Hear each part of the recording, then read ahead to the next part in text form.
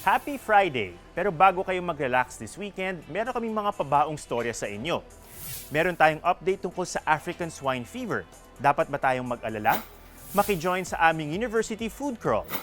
At ilista na ang top 10 things to do when in Kyoto and Osaka, Japan. Live streaming first before airing on GMA News TV, I'm Ato Maraulio. Stand with us, stand for truth. Niyanig ang ilang bahagi ng Metro Manila at Southern Luzon bandang alas 4:30 kaninang hapon. Ano po nangyari? Lumindol. Okay. Tapos nung lumindol na, sa mga bata, nahilo, Okay. matay. Nagtakbuhan kasi na yung iba naipit. Maagang nagsuspend ng klase sa University of Santo Tomas sa Maynila dahil kasi sa Lindol, kinailangang mag-evacuate ng mga estudyante. Pati na rin mga empleyado ng GMA Network. Ayon sa FIVOX, magnitude 5.5 ang lindol na tumama east of Bordeo sa Quezon. Naramdaman ng intensity 4 sa Jose Panganiban, Camarines Norte at Quezon City. Intensity 3 naman sa Ginayangan, Quezon, iba pang bahagi ng Quezon City at Tagaytay City. Pasado alas 5 ng hapon, nakaramdam ng aftershocks ang ilang lugar. Naitala ang intensity 5 sa Pulillo, Quezon. Maging I am ready sa mga posibleng aftershocks. Ang dami talagang pasaway. More dead pigs were found in our waterways. Sa Bulacan, 10 patay na biik ang nakita sa patubig sa Barangay Tikay sa Malolos. This report came after 30 to 50 pigs were fished out from the Marikina River yesterday. Hindi pa naman alam kung namatay ang mga ito dahil sa African swine fever. But the Department of Agriculture has reminded hog raisers not to dump the carcasses in waterways because this may worsen the spread of the disease. Sa forma pa lang and dance moves, this group is giving Korean boy bands a run for their money. But wait! Ibibigay ko ang aking puso sa pag-abot na pangarap. Pinoy pala sila! Meet SB19, ang kauna-unahang Filipino boy group na nag-train under Show BT, a Korean entertainment company. Binubuo ang grupo nila ni Ken, Justin, Joss, Sejun at Stel. Pero paano nga ba nabuo ang P-pop group na ito? Bale po before, kasi po nagpa-open audition yung company, Show BT Philippines. Naghanap po sila ng mga talented Filipinos. Sila siguro mga 300 auditionees yun nandun. Tapos, marami pong kinuha. Then, every week may evaluation. Evaluation hanggang sa natira po kami 5. Doon po yung nabuo yung SB19. Pero pagkatapos nilang makuha sa audition, hindi pa rito natapos ang kanilang paghihirap. Yung practicing training po namin, almost 4 years na po kami nagtitraining. Pero po, siguro, nung nabuo yung group, 3 years po kami. And finally, 2018 nang nag-debut na ang grupong ito. At recently lang, their single Go Up got 1.3 million views sa YouTube. Yeah, we gonna go up.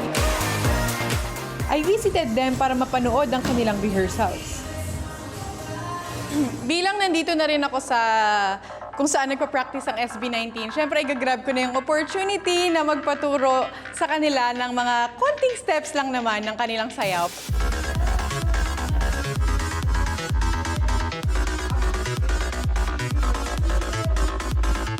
Hindi pa rin ako marunong, pero try ko yung makipagsayaw sa kanila. Pero maliban sa kanilang moves, panalo rin ang kanilang vocals.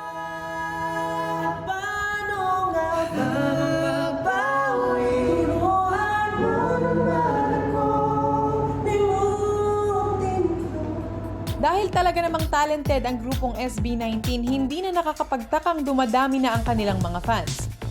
Gaya na lang ni Hazel na nakatanggap ng video greetings mula sa SB19. Huwag ni Justin. Nung narinig ko yung kanta nila, yung bago nilang kanta, parang kabit siya ng K-pop songs. Tapos ayun, nung narinig ko yun, parang, ay wow, parang stan ko to, ganun.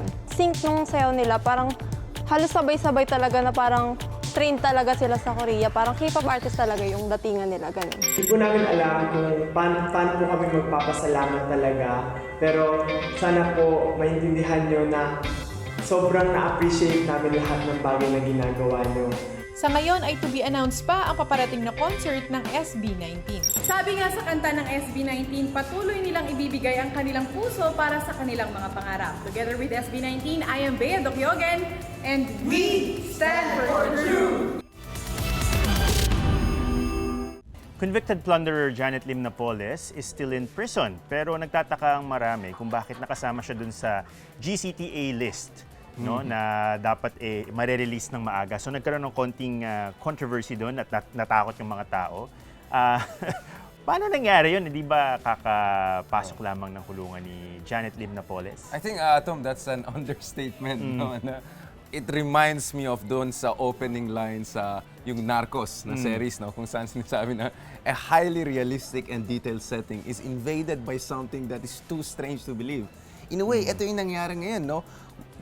Just when we thought the worst was the possible release of, former Mayor Sanchez, no? A convicted murderer and plunderer, nakita natin on the line for potential release was no less than Janet Napoles. Now, Janet Napoles is important for two things.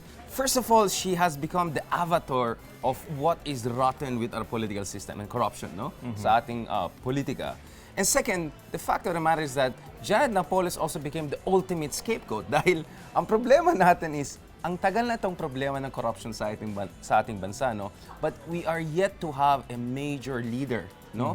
Who has been held accountable for that. The closest we got to that was former President Joseph Estrada, but guess what? He got a pardon and he later on even became a mayor and was the first runoff for 2010 presidential election. So Napoles, to many people, represented our best shot, no? At finally bringing a semblance of justice. At ngayon nakikita natin itong possibility na she could have just been released. Now, Atom, you see in the US, meron silang phenomenon na tinatawag na revolving door phenomenon. It has a very different connotation. So, ibig sabihin, isang araw sa business ka, isang araw sa government ka, regulating the very business you come from, and then you go back to it. This is a different kind of revolving door. Now, pwede ka makulong, pwede ka pumasok sa kulungan, at pwede ka rin lumabas sa kulungan. Depende lang sa ihip ng hangin. Exactly. So this is a even worse form of revolving door phenomenon that we have here in the Philippines kumpara sa ibang bansa like the United States. Now, the palace said that heads are gonna roll. The question is, are these really people who are at the top who make the important decisions, or ito ba yung mga scapegoats na gagamitin yung mga mid-level and lower-level officials? Because if heads are gonna roll, the number one question is what's gonna happen to former director Fildon, no? Hindi lang kasi enough yung, sabi na iba, hindi lang enough yung tanggalin sa pwesto, pero ano yung responsibility? Parang sabi kasi, is this an honest mistake or is this, obviously, the worst is corruption din ito. Diba? Na meron na kinabang kung bakit nakalabas itong mga high-profile suspects or high-profile inmates for that matter na convicted of heinous crimes. Alam mo, Atom, ito no, my concern here is not that yung approval or popularity ni Pangulong Duterte ay bababa because of this, no. My concern here actually primarily is yung confidence, yung tiwala sa ating mga institusyon ay lalong bababa dahil sa skandalo na yan sa Bucor, no? Regardless of who is in charge. And that's not good in any democracy. Ngayon, anong solution mo dyan? Ang kapalpakan po ang mangyayari talaga sa politika at governance, especially with issues like, our broken penitentiary system. But the best way to deal with it, the best way na makuha mo ulit yung tiwala ng taong bayan is accountability. Because accountability means two things. First of all, hustisya, kung may nagkaroon ng mali, no? That person will face the punishment necessarily, and that also serve as a deterrence for future people who may be tempted to make, similar mistakes, no? At second, sinisignal mo sa taong bayan na even if may problema tayo sa ating mga institusyon, you're willing to correct it. Ito yung problema sa Duterte administration so far. We also have another revolving phenomenon kung saan na re-appoint yung mga tao na napa-fire. They don't face punishment, they just face relocation. As long as we have this kind of impunity sa ating sistema, ang tiwala ng tao sa ating gobyerno ay lalong bababa at hindi ito maganda para sa ating demokrasya. If Japan is in your travel bucket list, ilista na natin ang top 10 things to do when in Kyoto and Osaka. Kasama si Shai Lagarde.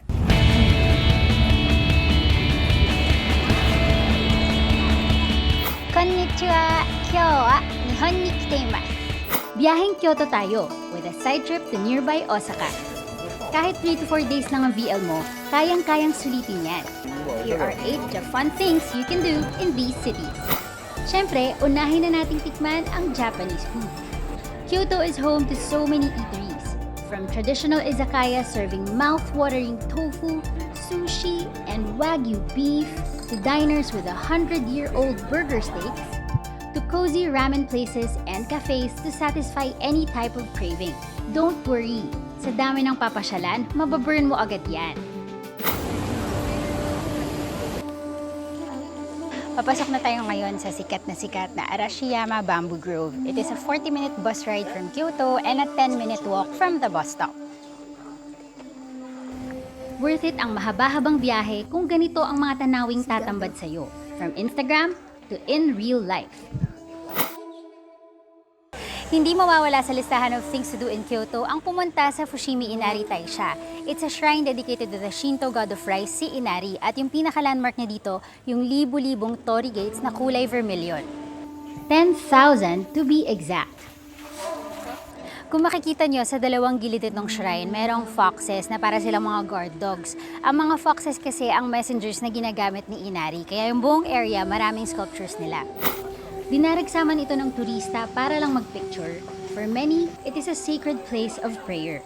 Sinisimbolo ng torii gates ang transition mula sa makamundo patungo sa banal.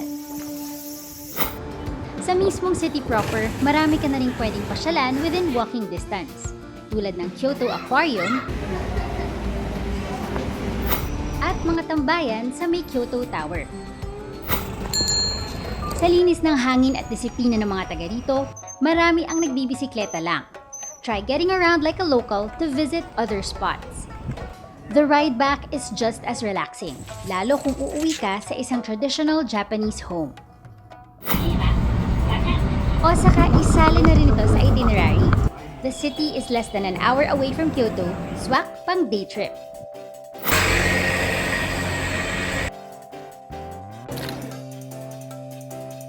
Tikman rin ang iba't ibang kushikatsu, featuring different types of meats and fish, vegetables and fruits, and even cheese.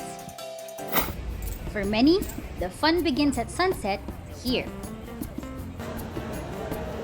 Isa sa mga pinakasikat na lugar dito sa Osaka, ang Dotonbori District. Marami nagpupunta dito dahil there's something for everyone to do. Pwede kang kumain ng mga street food, tumikim sa iba't ibang mga restaurants,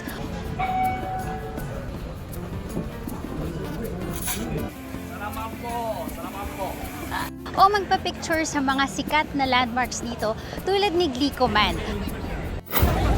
Huling hirit bago umuwi. Shopping for souvenirs and pasalubong. Kung umabot sa 5,000 yen ang pinamili mo, tax-free na yan. Madali lang ang conversion rate. Hatiin mo lang ang nasa price tag. Sa maikling pag-iikot ko, ang pinakatumatak sa akin higit pa sa mga tanawin at pagkain ng Japan ay kung gaano ito kaganda at kaayos dahil sa pagiging tunay na makabayan at makakapwa ng mga tao dito. Maybe one day, we can see our own country this way. Osaka to Kyoto kara Shaila Gardi ga otsutai shimashita. And I stand for truth. Kung yummy and affordable eats ang hanap ninyo, hindi mauubusan yan ng mga university. Maki-food trip with Easily.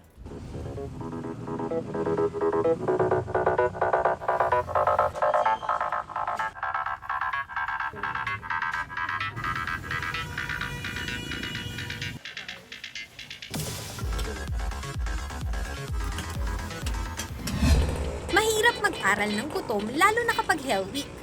Mas lalo na siguro kapag tight ang budget mo. So how do students survive on a student budget? Nilipot ko ang iba't ibang areas around different universities. Tara, food trip tayo! Sa paaralan ng mga scholar ng bayan, just a stone's throw away from their architecture or archi building is the RKBT, famous for their siomai. Ang siomai kasi nila, may quail egg sa loob. Maraming bumibili po. Nauubos nga yung siomai egg 12 packs. Ang 40 pesos na siomai egg nila is best paired with panty or pandanti. Ang sarap! Ang scramble na ito naman patok sa mga estudyante lalo na kapag mainit ang panahon.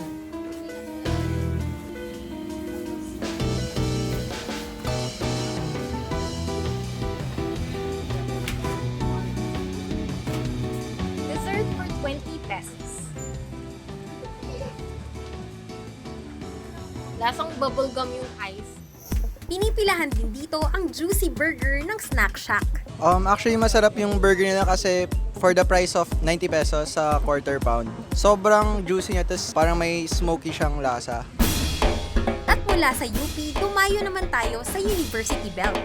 Sa may Sinobal Street, sa gilid lang ng UST, makikita ang Mang Toots na House of Bananarama. Ang madalas daw kasing binibili ng mga estudyante dito ay yung turon nila na may rum. Sa halagang 20 pesos, makakabili ka nito ng 5 piraso. Madalas po kaming bumibili ng Bananarama dito dahil masarap, masok sa budget, tsaka affordable. Matamis yung saging niya, tapos may pagkalasang cinnamon, very subtle lang yung rum. Masarap din daw dito ang kanilang chicken kebab. Malambot yung chicken niya, very soft and tender. Dito naman sa Angkong sa Asturias Street, ang mga estudyanteng gipit sa siomai rice nila kumakapit. Pag wala ka ng allowance, talagang dito yung takbuhan namin. Magkano nga ulit dito? 55 pesos. 5 pesos. With rice. With rice na. Pieces of siomai na rin. Dumayo naman tayo sa Intramuros. Ang buong hilera na ito sa San Francisco Street, ang tawag ay kantunan. Lahat daw kasi ng stalls dito ay nagtitinda ng instant pancit canton. Kasi mabilis lang kumain dito, nasuserve agad, tsaka mura. Malapit lang din sa school. Pinipilahan din ang 75 pesos spicy chicken na 10 years nang nandito sa walls ng Intramuros. Kasi siya, masarap, tapos malasa yung chicken nila, tsaka sulit, malaki. At kung street food ang hanap mo, ang isang stall na ito nagbebenta ng kikiam, fishball, chicken ball at iba pa. 10 pesos lang yung kwek-kwek, 10 pesos yung siomai, tapos 5 pesos rice, sobrang busog ka na.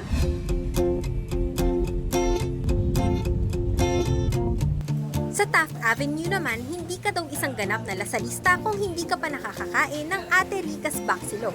Sa halagang 75 pesos, meron ka ng bacon, egg, and rice. Ang nagpapasarap dito ay ang kanilang special sauce. Walking distance mula rito ay ang Noel's Barbecue na dinadayo pa raw ng mga estudyante.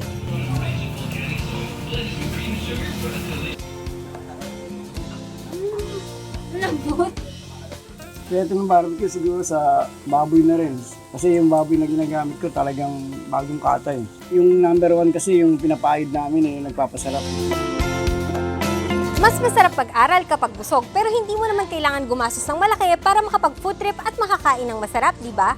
Ako si Easily, and I stand for truth. We survived another week. Congratulations, guys. Have a great weekend, and we'll see you again on Monday. This is Ate Maralio together with Richard Haydarian and Joy Spring. Stand with us, stand for truth.